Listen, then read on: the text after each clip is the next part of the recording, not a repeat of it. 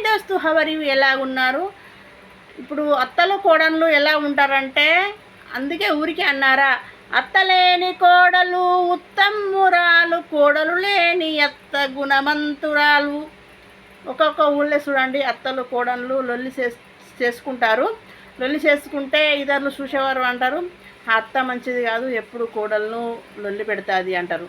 కొంతమంది అంటారు చూడండి, కోడలు మంచిది కాదు, అత్త మంచిది, అత్తను ఎప్పుడు ఓర్వదు అని అంటారు. ఎందుకంటే తనకు అత్త లేదు కాబట్టి అత్త విలువ తెలియదు. మా అత్త ఉంటే నేను ఎంతో చాలా మంచిగా చూసుకుందు అంటుంది. కోడలు అంటుంది, నాకు అత్తమ్మ లేదు, చాలా అత్తమ్మనే చాలా బాగా చూసుకుందు అంటుంది.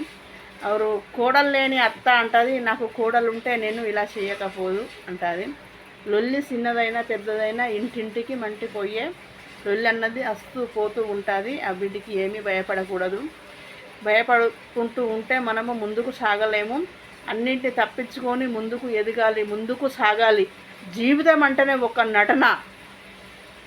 జీవితం అంటేనే ఒక నటన. జీవితం అంటే మనం గెస్టు లాగా వచ్చాముడికి సిరిప్ మన అంగడి చూసుకొని మళ్ళీ రిటర్న్ వెళ్ళిపోవలసిందే. ఇక్కడ ఎల్లకాలం ఉండము. మనం వచ్చింది ఒక అంగడి మాత్రమే. ఇక్కడ దేవుడు మనల్ని పంపించాడు, నువ్వు అంగడి భూలోకం పోయి అంగడి చేసుకొని రమ్మని. అంగట్లో మనది, మనం ఎవరిని ద్రోహం మోసం చేయకూడదు. మన జీవితం ఇప్పుడు చాలా చిన్నది ఫ్రెండ్స్, చాలా అంటే చాలా చిన్నది. మన జీవితానికి ఎప్పుడు ఏమి జరుగుతుందన్న గ్యారెంటీ కూడా లేదు. అలాంటి జీవితాలకు ఈ కుట్రలు, కుతంత్రాలు, దోసుకునుడు, మోసాలు చేసుడు, ఇవన్నీ చేయడం ఎందుకు? అన్నీ ఇక్కడే ఉంటాయి. మనము భూముల జాగాల కొరకు కొట్లాడితే భూమి జాగా భూతల్ని నవ్వుద్దట. బిడ్డ, నువ్వు కొద్ది రోజులే నీ టైం గీనాడు ఉన్నది, ఆ భూతల్ని తెలుసు కాబట్టి నువ్వు ఆ రోజు పోతావు, కానీ నేను ఉన్న కాడానే ఉంటాను అని అన్నదంట.